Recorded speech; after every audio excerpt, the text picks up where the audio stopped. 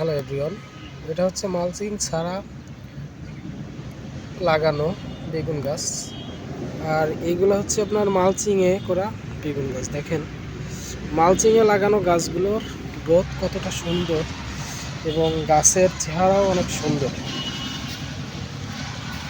আপনি মাটিতে করলে আর মালচিংয়ে করলে তার পার্থক্য আপনি দেখে নিজেই বুঝতে পারবেন যে মালচিংয়ে করলে মালচিংয়ের উপকারিতা কী।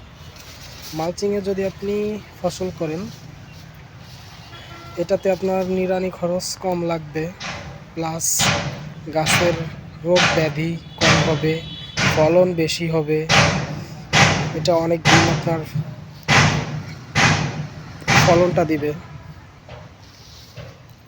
এছাড়াও আরও অন্যান্য অনেক উপকারিতা রয়েছে মালচিংয়ে। যদি আপনি কোনো সবজি চাষ করতে চান তাহলে অবশ্যই মালচিং ব্যবহার করবেন, কারণ মালচিংয়ের উপকারিতা অনেক অনেক অনেকগুলো বেশি। এটা আপনি যখন নিজেই মালচিং ব্যবহার করবেন তখন আপনি নিজেই বুঝতে পারবেন যে একটা চারা সাধারণত মাটিতে লাগালে কেমন হয় আর মাটি ছাড়া যদি মালচিং দিয়ে করেন তাহলে অনেক বেশি ফলন হবে। এটা